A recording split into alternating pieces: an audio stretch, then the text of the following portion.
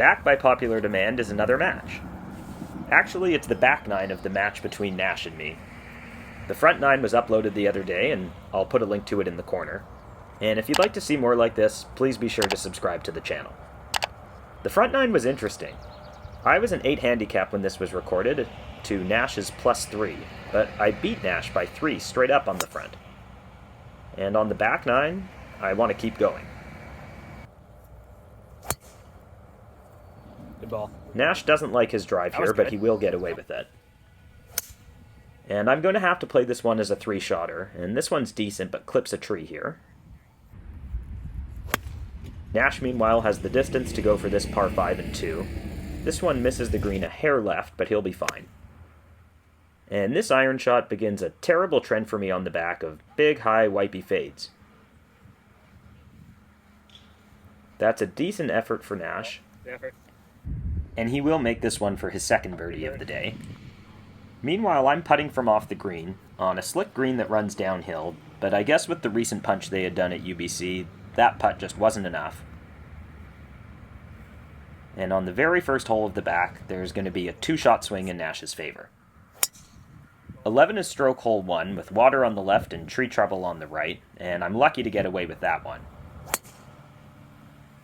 Best of the day. Nash is back, baby. And that's a bad omen for me, especially when I follow Nash's great shot up with a chunk of my own. This wedge is on the number, but actually a pace off the green. And meanwhile, I'm hoping to get up and down for par on the hardest hole on the course.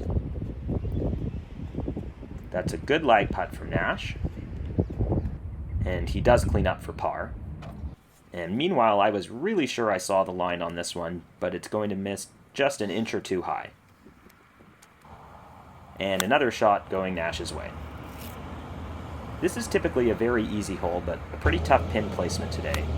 I miss it short, and Nash is painting the flagstick and pitches a few inches from the hole. Money.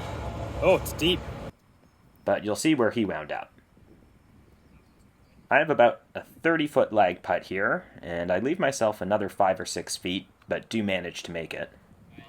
Meanwhile, Nash with a downhill chip on some early season, not great rough, still doesn't hit his best, but he'll get out with a par as well. That's a smother hook, and watch as the round continues, they'll only get worse. And this is a bit of a push up the right, but nonetheless a good effort from Nash.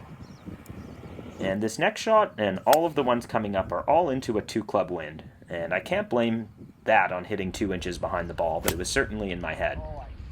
And even Nash didn't love this one, but you'll see he gets away with it. I don't know what that is.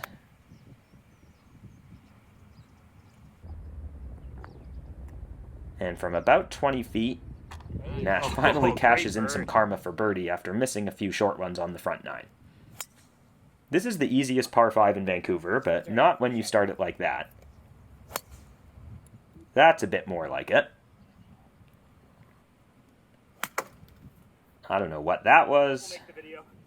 Let's watch a better golfer now. From about 175, Nash fires a pretty good one here to about 8 or 10 feet for eagle. And meanwhile, my handicap is starting to show. Even from 100 yards, usually that 90 to 100 number is great for me, but not today. It's shortened in the bunker. Let's go back to Nash. That's a bit of a push, and it's a 2-putt bird for him. And I'm going to finish cleaning up the garbage here for a double bogey on the easiest par 5 in Vancouver. Finally a good strike for me here. That feels good after what's been going on. But I'm going to be outdone a bit by a pretty fantastic drive from Nash here. Remember those high, crappy irons we were talking about? There's another one.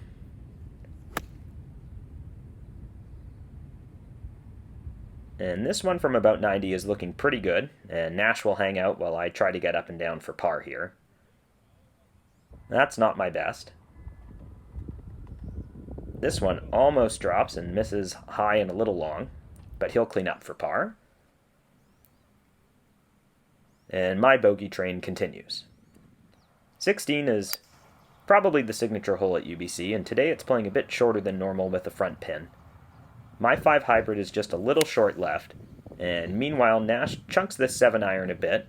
It's 5 or 6 paces short of the green. That's a pathetic chip from yours truly. And this is really well read. It almost drops. It goes to about an inch, and Nash will clean up for par. And the bogey train shows no signs of slowing down for me. This is a hole where a borderline smother hook is actually almost the ideal shot if you're hitting big stick. And if you're a longer hitter like Nash, you'll take out a 3-wood, and his goes to position A1. Yeah, we've seen this one before. And maybe those bad shots are contagious. That's a shank. But let's watch the difference between Nash and I trying to mitigate a bad shot. I chunk one out of the bunker, and Nash puts his on the green with at least a look for par. I do hit a good chip here, so I'll have a few feet for bogey. And Nash from 12 or 13 feet for par now. Just a par with a shank. And now it's my turn to miss the 3-footers. It's a double bogey for me. Thank God this is the last hole of the day, because my drives have been getting worse and worse.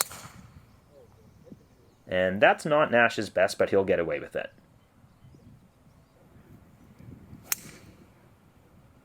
From about 210, I hit maybe my second good shot on the back 9 into a greenside bunker.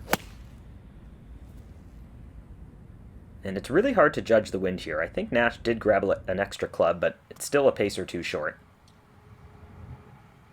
I hit a decent bunker shot. And another putt from off the green that almost drops for Nash. And he'll settle for 3 under on the back, to my 10 over. So that's the end of the match. I hope you all liked it, and if you'd like to see more battles between Nash and me, please be sure to let us know in the comments below.